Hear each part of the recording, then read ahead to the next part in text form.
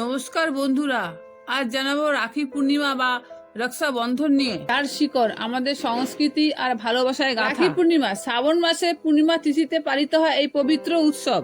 এই দিনে বোনেরা তাদের ভাইদের হাতে রাখি বেঁধে তাদের মঙ্গল ও দীর্ঘায়ু কামনা করে। ভাই ও বোনের সুরক্ষা ও যত্নের প্রতিশ্রুতি দেয়। রাখি পূর্ণিমার পেছনে রয়েছে পুরাণের এক অনন্য কাহিনী। বিষ্ণু ভক্ত রাজা বলিকে প্রতারণা করে বিষ্ণু বামন অবতারে তার সবকিছু দান করিয়ে নেন।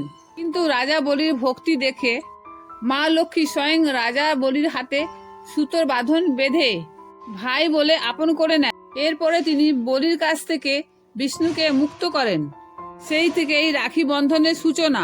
ইতিহাসে দেখা যায় রাজপুত রানীরা যুদ্ধক্ষেত্রে যাওয়ার আগে অন্য রাজ্যের রাজাদের রাখি বেঁধে তাদের সাহায্য প্রার্থনা করতেন। এটি শুধু বোনের সম্পর্ক নয়, মানবিক সম্পর্ক দৃঢ় করত। আজকের দিনের এই উৎসব শুধু ভাই বোনের মধ্যে সীমাবদ্ধ নয়, এটি ভালোবাসা, বিশ্বাস আর বন্ধনের প্রতীক।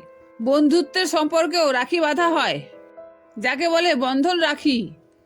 রাখি পূর্ণিমা আমাদের শিখিয়ে দেয় সম্পর্কের বন্ধন শুধু রক্তের নয়, হৃদয়েরও। তাই আসুন এই রাখি পূর্ণিমায় আমরা সবাই একে অপরের পাশে থাকার অঙ্গীকার করি।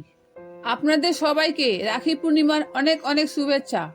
ভিডিওটা ভালো লাগলে অবশ্যই শেয়ার করুন ও আমাদের চ্যানেলটিকে সাবস্ক্রাইব করুন। ধন্যবাদ।